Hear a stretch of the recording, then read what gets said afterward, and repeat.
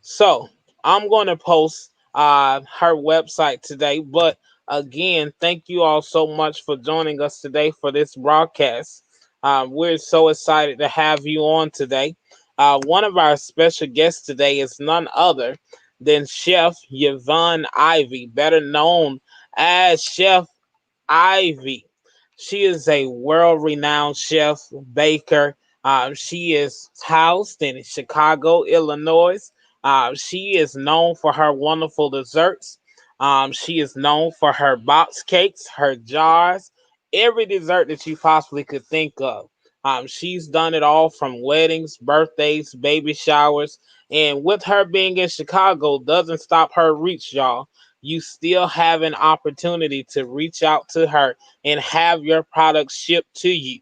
So, for those of you that have a sweet tooth like I do, hey, she's the girl that you talk to. So, looking at her bio, and I'm just going to name a few people from her bio that she's had a chance to cook for and serve for. So, you're talking about somebody that has served to former presidents like Barack Obama, Bill Clinton. Oprah, Chance the Rapper, my favorite entertainer, Steve Harvey, just to name a few. And so she's on with us today. And so I'm going to bring her to the stage and allow her to share her testimony, her journey of how she gets where she is. Hi Hello, welcome. guys. How are you today? I'm super fantastic. Happy Thursday. Hey, happy Thursday to you. How's the weather in Chicago today? It's a little dreary. It looks like it's gonna snow. The sun is taking a nap, so it's a little cloudy. Hey, send some of the snow down to Albany. We would love to have some in Georgia right about now. So, and thank you so much for joining us today on this broadcast. It's a privilege and an honor to have you on today. Thank you so much for having me. I'm so honored to just be here. When you originally reached out and sent the questions over, I thought that they were so poignant and professional, and really kind of got to the meat of what you need to know about a business, so that the kids can kind of figure that out now. So thank you so much for having me. Hey, and a special shout out to our team members from our team program. Each Yeah. week I give the assignment of going and research questions. And so Mm. they come back with questions to ask our special guests each week. So special shout out to all 66 of them. Wow. Yes. Yes. Great work. And so I just want to start off with allowing you an opportunity to just share about your background, share about how you got into the baking industry, your experience over the course of business and growing up, which really led to this experience of you actually becoming a world renowned chef and baker. Thank you. I do not have the traditional story, like some bakers, where they're in the kitchen with their mom and their grandmother, baking away. I don't have that story. I really did not get interested in pastries and just the culinary arts until I was about 18. And at that time, that is when Cake Boss came out. That was that craze of being a celebrity chef and making these crazy cakes. And I've always been creative and love painting and just doing things with my hands. So it just instantly filled me with this interest of wanting to know more.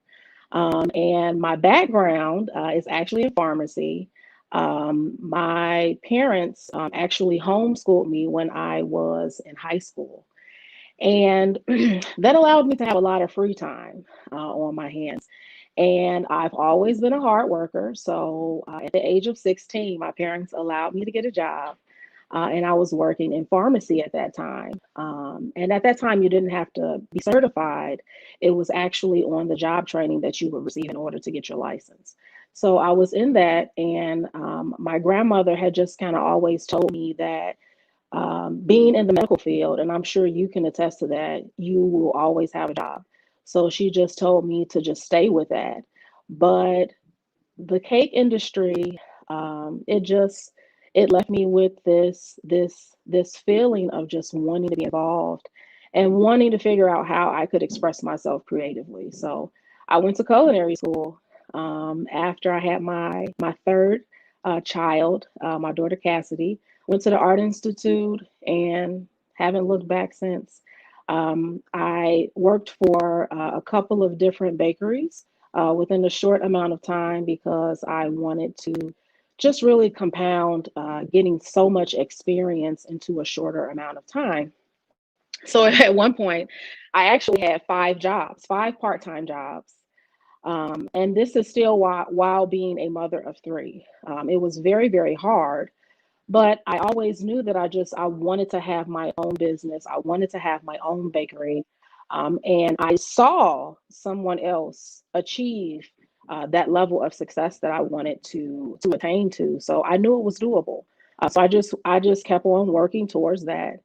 And that afforded me an opportunity to open my doors for our company Penthouse Suites that we opened up in 2014, and we just did a rebrand.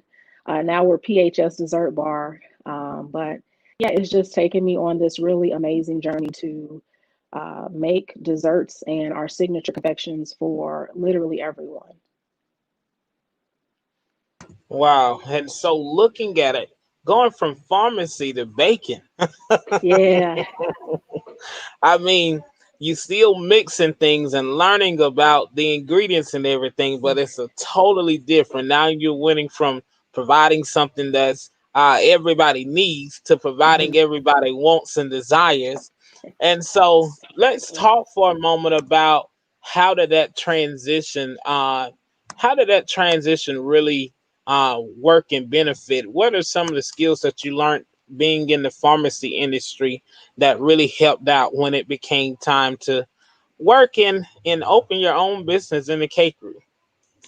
Well, surprisingly enough, when you're in pharmacy, you stand on your feet a lot. And when you're in the kitchen or any commercial kitchen, or I'm sure when you guys are, making stuff at home, you're standing up. So that job really taught me just how to be a workhorse, and how to just plow through stuff. The pharmacy that I worked at was also a compounding pharmacy, and if anybody, is familiar with compounding, you have to like mix different ingredients in order to get like ointments and tinctures and syrups and things like that. So um, being able to have the opportunity, the pharmacist would allow me to compound certain drugs. They're still both science-based fields, pharmacy and baking. So they still kind of went hand in hand. I needed to have basic math skills. I needed to know how things would react if I messed up. So they both relate hand in hand.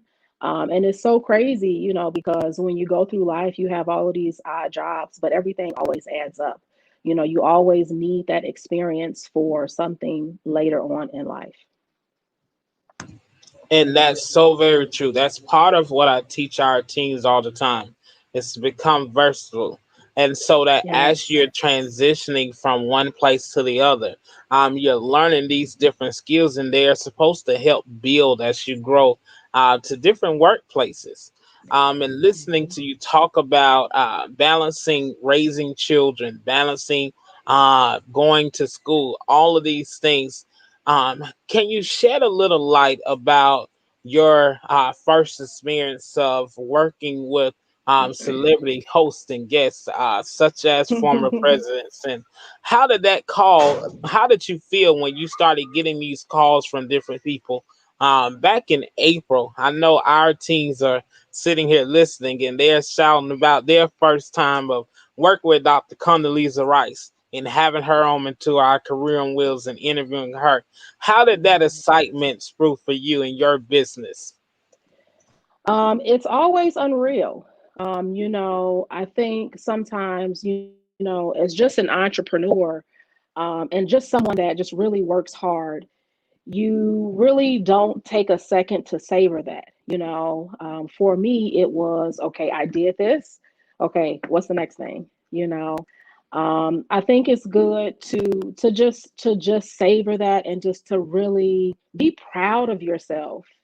After looking back on all of the things that I've accomplished, it's a lot. And it's so much more that I really, really want to do, and I really just want to share. Now I'm in the space of really trying to just educate about pastry and culinary arts. And that's another reason I'm just so happy to be here, and just answer everyone's questions about how to get into this field. Because if you can figure out how to use your mind and to figure out how to be creative and to make money from that, that's the best thing that you could possibly do. Now, that may not be for everybody. Everybody, you may want to go work for somebody. You may want that security. But just being able to have that freedom, it's really unexplainable. It's the best thing ever. It really is. And looking at it and looking at your experience and the excitement, because knowing that when you get a big call like that, you're quick to say, okay, There's no room for error. It's not. This is an opportunity of a lifetime, and so you work to put your full force and best effort towards the project. How have you seen the industry change over the past couple of years? With all of the different shows coming out about cooking and Cake Boss and so many other shows, how have you seen the industry change over the years? I've seen it go in an upward movement. Everybody is just so creative and so innovative. I've seen fellow pastry chefs, come out with cookbooks and, extracts and t-shirts and all of these different products, just creating things. Everybody's just so creative, so you can really do whatever you want to do. And I think that's what this industry really highlights. When you make a cake, or at least with us, at PHS, when we make a cake, we make it just for that client, we make it specifically for them. So being able to see that movement in an upward motion of people just appreciating the art and people just being creative, you really have the option to do cookies, or do cakes, or do it all. It's really up to you, and there are just so many things that you can really help to push that. You can go on YouTube, you can go on Google, and just look up different things. You could take classes. The route that I went through culinary school, and I would recommend that, but that's not the best route for everybody. I would recommend it because you just have certain foundational techniques in place, and you're able to work out of any kitchen. It doesn't matter if they speak a different language. And I always suggest doing the things that people don't want to do. That's what makes you indispensable, going back to what you were talking about. So you really want to have just a good mix of different things. It really adds to your character, it adds to your flavor, it adds to the way that you express yourself. So there are just so many things that you can do in this industry. Just and be you, be authentic. Whatever you come up with, I'm pretty sure no one else has thought of it. So just do it, just get started, just do it. So everything that I've been seeing has been taken, has been just so expressive creatively. And so, being in this industry, I hear you talk about the creativity. We have so many wonderful teams here that love to cook. That's part of their thing. And so, each Monday, we set aside time where our teams come up with the menu item. And so, they have to go through the process of preparing a menu item and serving it. So, Mhm. this past week, they did fresh homemade lemonade with fruits and everything, cutting them up, judging which fruit works best, and I mean So just good. going through the emotion of seeing how creative they are. Hmm. Designing pineapples and cutting them to see which creativity image they can come. I mean, just mind blowing at the creativity of our teams, and knowing that a person like you. I have a young lady that just sent me a text message. She wanted to know what has been your most rewarding uh, cake or design to actually put into a cake building project that you had to do? Um, Most exciting cake. Well, I have a couple. Um, I think my cakes are like my kids. You don't want to say that you just have a favorite. So I have a couple. Number one, we did a cake this year for a pretty well-known CEO of a national hair care company, and I actually use that hair care product myself. So to meet the owner of it was just mind blowing. So that, I think, was my favorite cake to date. But we've done so many things. Even when I did, Steve Harvey's cake, I heard you say that, you love him. He was just so chill. And I think people need to understand, that celebrities are real people too. Celebrities are real people too. He was just really, really cool. Very, very approachable. And having those type of experiences, um, it makes you want to pinch yourself. It makes you want to pinch yourself. I want to say another good experience is when I was on Cake Wars. That was fun, just preparing for the show and being on the show. It brought so much attention just to our brand and to our cakes and things like that. So that has to be my second favorite cake. Got you. And I tell you, I watch Cake Wars every night. Really? So I'm not a baker. I put that out there. I tell everybody I'm not a baker. But I Mhm. love to get in the oven. Love to get in the kitchen and try to bake a cake. I tried Saturday. I tried What's your Saturday. favorite cake? I like to try to make pound cakes. Yes. So I Do you tried like yours with the Saturday. lemon glaze? Yes. Yes. Yes. I Okay. tried to We're make here. Saturday a lemon pound cake. And so the cake went in the oven. The batter was so perfect. I was like, yes, I Don't you love finally that? done mastered this. Went in Yes. the oven, came out. Oh, somebody opened the oven too soon and the cake fell. I was like, Lord, I'm trying, y'all. I'm trying to get this together. Oh So man. yeah, I'm so so sorry. my children at the club know that I'm not a baker, so they know not to ask for anything that's concerning baking. So I'll pay somebody to bake. So yeah, I mean, and I just feel so. Talking about all of that in my experience, I just want to know personally, do you have to have a special touch when it comes to baking? Hmm. You do. Um, and it's actually really quite simple. You have to know how to read a recipe. That's it. If you can read a recipe, anybody can do it. Depending on which side you're talking about, we're talking about the sweet side, the baking side. You have to have some type of structure and some type of organization. You cannot freestyle. Once you get those fundamentals down, then yes, you can freestyle and you can break the rules, okay? Because you know the function of an egg and the function of a fat or the function of a leavening agent in a recipe.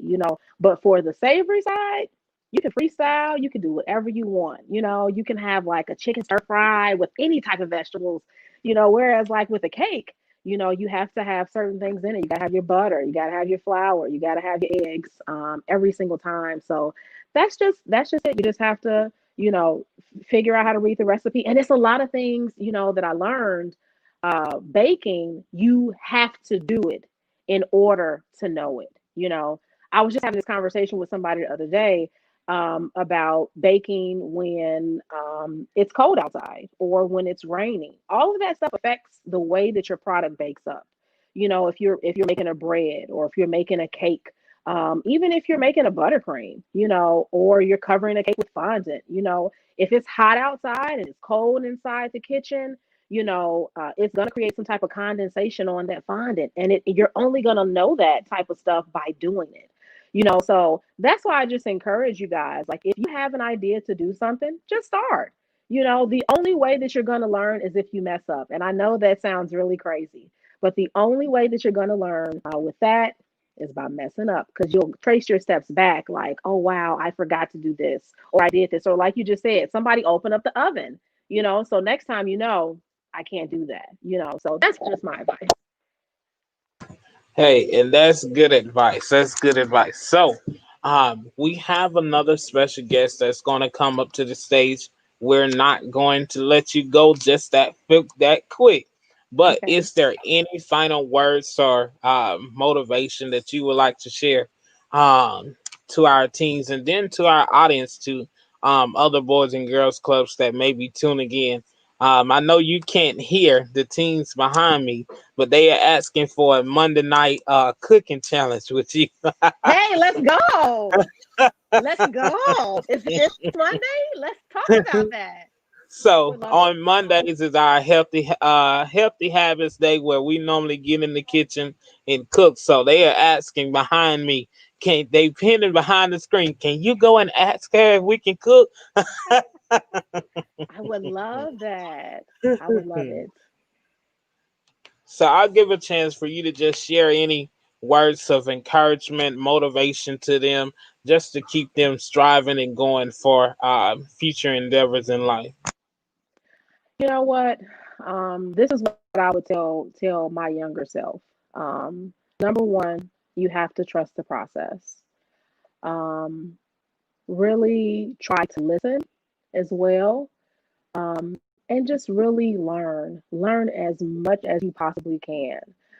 Do not let anyone set limits for you. You know, you set those limits, or you don't have limits. You know, you decide what you want to do, and just really think about it. Really think about it, and really explore what that could look like. And maybe you don't see somebody that is in that space that looks like you, but it's somebody in that space, okay? And it's somebody that's doing it. So that means that you can do it. Don't let anybody, deter you from your dreams. Just keep striving. Keep going through the good times and through the bad times. Um, and on top of that, always keep God first. Always keep God first. Hey, those are great words of motivation. Hey, I'm going to take a quick break and then Okay. we're going to come up with our next speaker. Don't go nowhere. Y'all stay tuned and we'll be right back.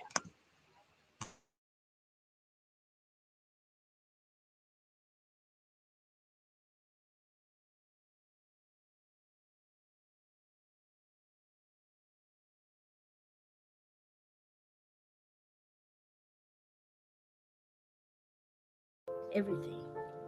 The most important lesson that I learned at the Boys and Girls Club is that you can't have everything that you want, because if you want something, you have to work for it. You can't just get it automatically. From ping pong to basketball to art to music, Boys and Girls Club teach us how to be a leader, which builds our character. The staff is very active with us. They get out and do stuff with us, so we won't feel alone. Just coming there helps me stay off the street. I just been in a safe environment each and every weekday. Boys and Girls Club, they impact me because I see so much in them. I try to find that spark that's in each one of them. I would say from the bottom of my heart, thank you, because what you do, it definitely does matter. Thank you for giving to the Boys and Girls Club. All right. I hope that you all enjoyed that quick clip from our Boys and Girls Club.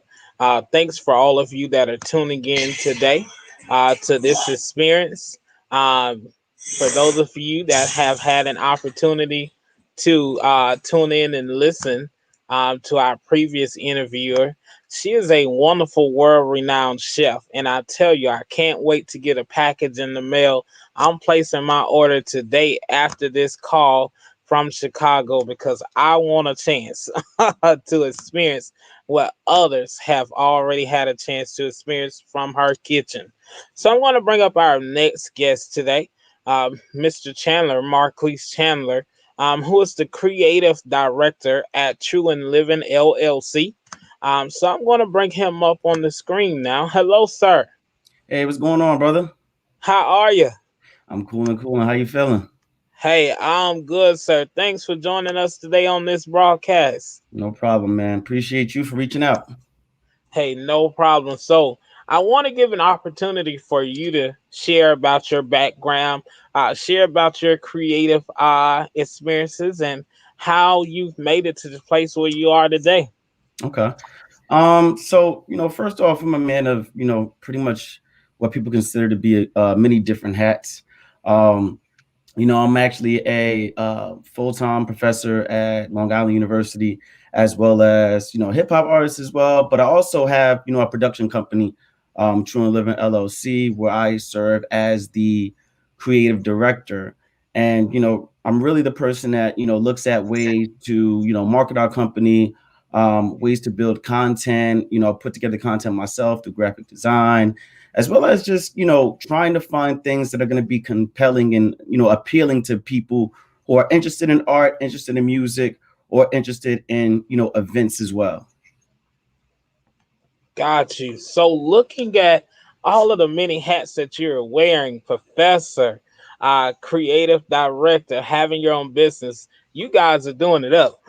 Yeah, yeah. It's a lot. We're trying to be innovative, trying to be something new. So let's talk for a moment. How does your role in being a professor and owning your own business, tapping into your creative side, being a hip hop artist, how all of those things are balancing out for you? How do you make time for each one of those roles? That's a very good question. Sometimes, it's just about, trying to be creative, in just the way things are going throughout the course of the day. One thing, people speak about of what they want more in life is usually money, right? But for me, I always say, I wish I had more time because you never have enough time. You only get 24 hours throughout the day. You can't create 25, you can't create 30 hours.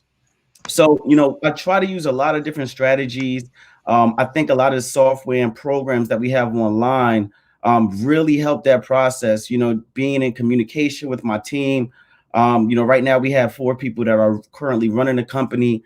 So they assist me with a lot of different things, whether it's me, having to teach this class over here or whether I got a show over there. It's always somebody on our team that I can reach out to and say, hey, I got this show over. Well, before the pandemic, I have this show tonight that I got to perform. Can you fill in and create, this piece of content for our line, or can you reach out to this person and let them know about the show that we're doing next week? If I have a class, we pretty much create a schedule and I tell them, hey, these are my classes for the semester. If we have any events, if we have any meetings that we have to have during these times, somebody else has to step up to the plate. So it's really about, just having a really good support system, and trusting, the people that you are in, business with. And, that's what's been working for us within the last few years. Got you. So I'm hearing time management. I'm hearing balancing, making sure that you balance everything that you have going on in life. Having trustworthy people that can really keep the study business flow for you. Mm-hmm. When we talk about your business of creative design, what are some of the products or presentations that you have done lately that really spark your interest into this creative genius mindset that you have? Well, I could say, throughout our business, our number one bread and butter is our ongoing monthly show called Where Beats Meet Bars.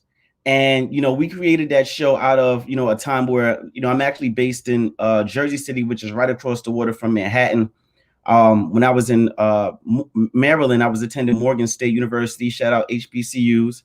And I obtained a master's and PhD from there. And during that time, I was really looking for events that I could perform at. And, it was really dope because they have a very good art scene out there. But coming back to New Jersey, really didn't have a lot of places where you can kind of rap about some of the things that I talk about, social issues, stories with message, stuff like that. So, I decided to create this event to where we're going to have artists come up and really showcase themselves while at the same time link with people who made beats and were producers. So, we've been running that event and we have actually our 41st one next Tuesday. So we've been doing this for 41 months straight. We were doing it in person, but with the pandemic, we started to transition it to Instagram Live. So we have rappers come on the Instagram Live and they sit there and they put on a beat. And, we have judges and we actually pay the artists to perform.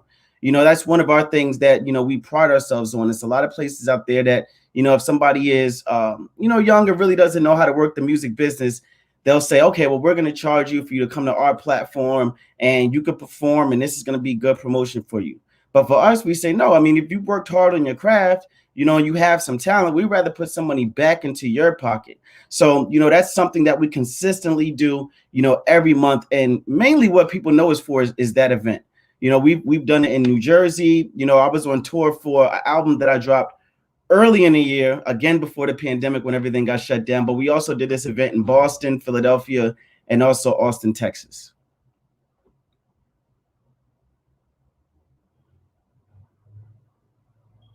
I think you're muted, brother. Yeah, I keep forgetting about this mute button.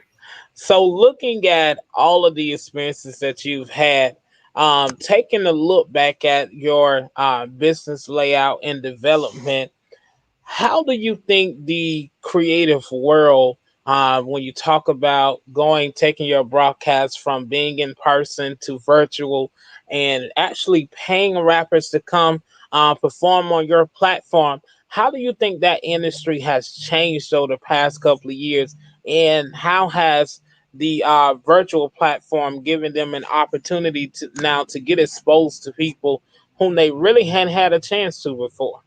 Yeah, yeah. I think that with, if I could speak to just recent, first and foremost, it's just the music industry is always changing. Within the last couple of years, we've seen, if we look at, was this 2020? If we look at 2010, now I'm showing my age. If you look at 2010, we see the rollout and the transition from tapes, right, to CDs, from CDs to streaming, right, streaming, and then now we're trying to figure out what's next.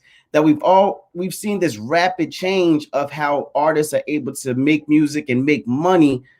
It's shifted drastically, within the last 10 years. And now we have this like pandemic that's occurring that's stopping us from being able to tour, stopping us from being able to do shows. So luckily, we've been able to have these digital platforms such as Instagram, Facebook. We also have the new app that's out now called Clubhouse, where you go on there and you have the audio chat.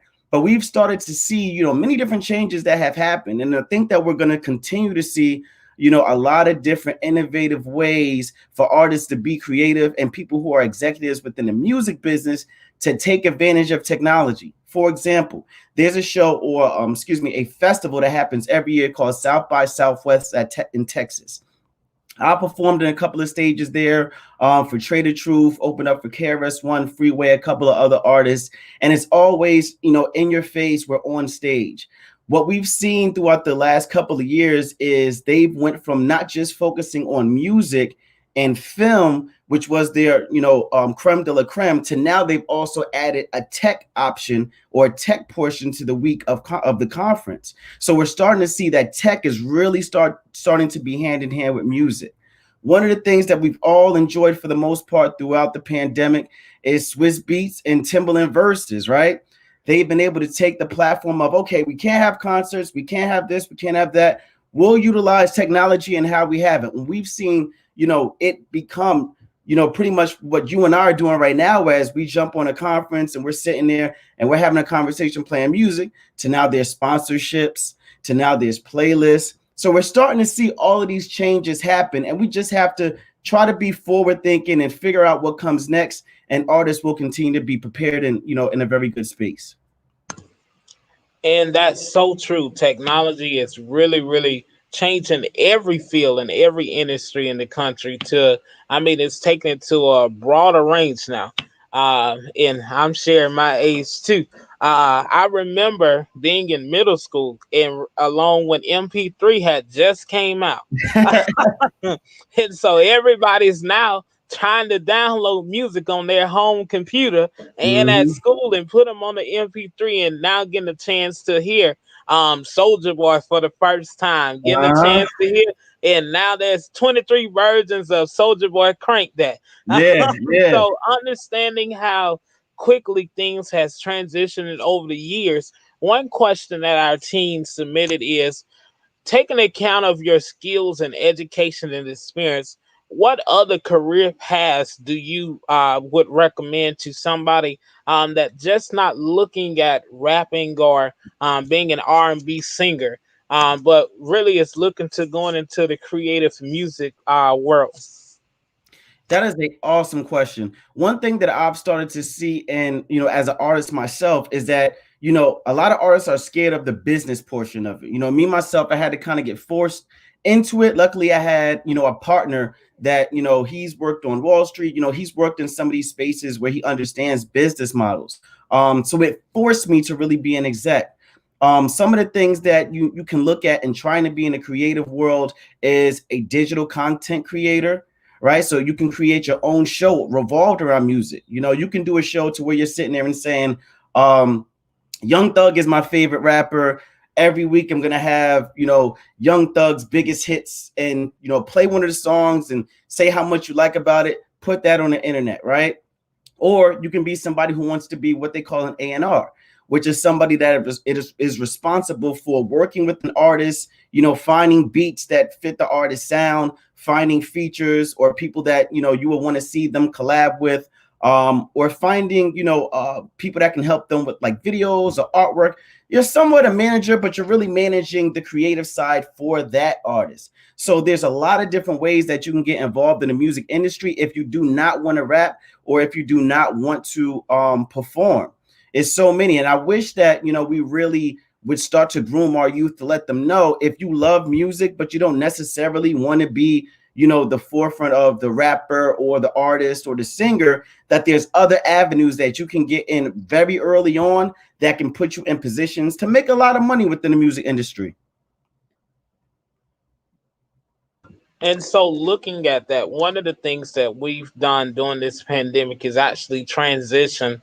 And I'm actually sitting in that room now. We transitioned our computer lab to actually be a full blown studio. And Nice. so we've really transitioned everything to making it a sound bar room. So we Mm, have a section for recording, we have a section for audio and visual. And so now tapping into our teens' creative mindset and juices. that's We good. have a program that's called Drama Matters After School that teaches them all about acting, tapping into rapping, instrument playing. So, I mean, we actually have several students that are actually part of the bands at their school. So they come here and probably record segments. We have another group of students that edit it, have another group that records them and proofs it. So we're tapping it in so many creative ways of doing creative things with our team, showing them more than just what they see on BT and VH1 of people just performing on stage. That Yeah, there's a whole production that goes into it. And good. so I want you to share just for a few moments about uh, your experience of getting into the career fields that you're in, how of growing up and becoming a professor, how did that experience actually happen for you? Mhm. So I can honestly say that you know, when I was younger growing up, that, you know, I really had early on this reputation of, you know, being pretty bright. But education really wasn't something that I was focused on at the time. Um, you know, once you get into that mold of, you know, trying to be popular, you know, trying to, you know, fit in with the crowd, you start doing things just to get extra attention on yourself. And that was kind of me, you know, for, you know, the most of my adolescence up until I became, you know, interested in a couple other things such as sports and music. And, you know, I ended up, you know, honestly, you know, I came from, you know, a very, you know, impoverished neighborhood, you know, what you consider to be the hood. And, you know, I was luckily able to be accepted by one college, right? And, you know, when I got into that school, I was playing basketball and I started to kind of gravitate towards education because I started to see all of these different opportunities to make a career for myself and, you know, kind of put some money in my pocket, you know, money that I've, you know, kind of never seen before because, you know, we really didn't have opportunities for the youth when I was growing up to, you know, be able to buy you some, you know, Jordans or be able to make sure that you can, you know, go get your hair cut weekly. And, you know, that was kind of my motivation. You know, after that, going into my senior year, you know, even being that young, I kind of felt like I really wasn't ready for the real world and going out and, you know, trying to find, you know, a job and, you know, trying to find a place to live and so on and so forth. So, you know, I started to have conversations with people that I consider to be mentors. And they kind of asked me like, you know, what do you enjoy doing? And, you know, being from, like I said, the hood and coming back to my neighborhood and talking to them about, you know, the different opportunities that I had, I was actually able to bring a couple of people, you know, from my neighborhood to my college. And, you know, it really felt good to know you can make a difference in some of your peers' life or, you know, be that role model for others, you know, who are coming after you. And when I explained that to them, you know, somebody asked me if I wanted to pursue social work. And I didn't know anything about social work other than I thought, you know, social workers come in, take people kids, and that's pretty much it. And they explained to me what that meant, you know, what a social worker's actually duties are. I mean, it's really to assist, advocate, and help people in need. So they kind of broke it down to me about, you know, going to get a master's degree and really that being the way for you to be solidified, in that profession. And when that happened, I wanted to challenge myself as, I never, left the Jersey, New York City area, my entire life. And, I said, you know what, let me throw myself into the fire and see how I can survive. And I decided to actually apply for a bunch of different master's programs outside of the state of New Jersey or the tri-state area. And I ended up landing at Morgan State University, which was a HBCU, something I never seen before because we don't have many HBCUs up north. And when I got there, it was just a totally different experience. It was something that, as an African-American man, it really helped me with just priding myself in my history and being in a position to enhance my education. And from that, it was just a snowball effect, a wealth of, education come in, and just seeing so many prominent people that look like me, seeing other people who got PhDs and were doctors, kind of motivated me to say, you know what, let me go get a PhD as well, because if these people can do it, I know I can do it as well. And then at the same time, much of what I was writing about, reading about, I understood that there was also a way to be able to market that from a music standpoint. And, at that point, a lot of people had already been familiar with my music. So I decided to kind of like mend the two. And when I did that, it just kind of added another skill set for me to be marketable as a professional, as a professional. And once I finished with my PhD, and usually it takes a few years for some people to actually get a job in academia. But I was able to come back to New Jersey, and, my first job was as a lecturer at Kane University. And then as of last year, I've been hired as assistant professor at Long Island University, Department of Social Work. So, I could really say like, a lot of people within the program, spoke to me while I was going through it, because getting a PhD is definitely some hard work. But if you got a good support system, it's going to be very, very helpful. And one of the things in times where I feel like I wanted to quit, people would say, it's going to be worth it. It's going to be worth it. And it's hard to really like see that when you're in the moment and you're stressing out. But I can definitely say, looking back, all those people were right. So definitely making sure that you have good energy around you and good people around you is something that you should make sure you keep a priority, as you look to achieve some of your goals and dreams. And that's good information. Good information. That's something that we drive home and push all the time. Is making sure that you have a great support system. We often say around here, we try to model 3 E's. Expose our children to different people, different cultures, and different opportunities. Educate our children about what they can become, push them to strive to be more than just an average person, but to dream big. And then lastly, we also try to make sure that we have some excitement. Make sure that we reward them for the good things that they are doing. Yeah. And so as we prepare to end today, what are some final words that you would share to the men, to the young men that are tuned in, that are watching and listening? To the young men, I just want them to understand that, number one, I want you to be yourself. Don't try to be something that you're not. When you stay true to yourself and you find people that gravitate towards who you are and your personality, it's going to be better for you in terms of your support system, and you're going to be able to help others out there as well. When you feel like quitting, put your best foot forward and continue to drive, continue to push to whatever, your goals are, and don't let anything or anybody get into your way. Right. And the last thing is continue to stay focused. It is so easy to be distracted as a young man in this world, whether it be women, whether it be gangs, whether it be alcohol, drugs, whatever. If you continue to stay focused, stay focused on your money, stay focused on your family, stay focused on your goals, and don't let anything get in your way, and just have tunnel vision. You'll be fine. Hey, that's good information.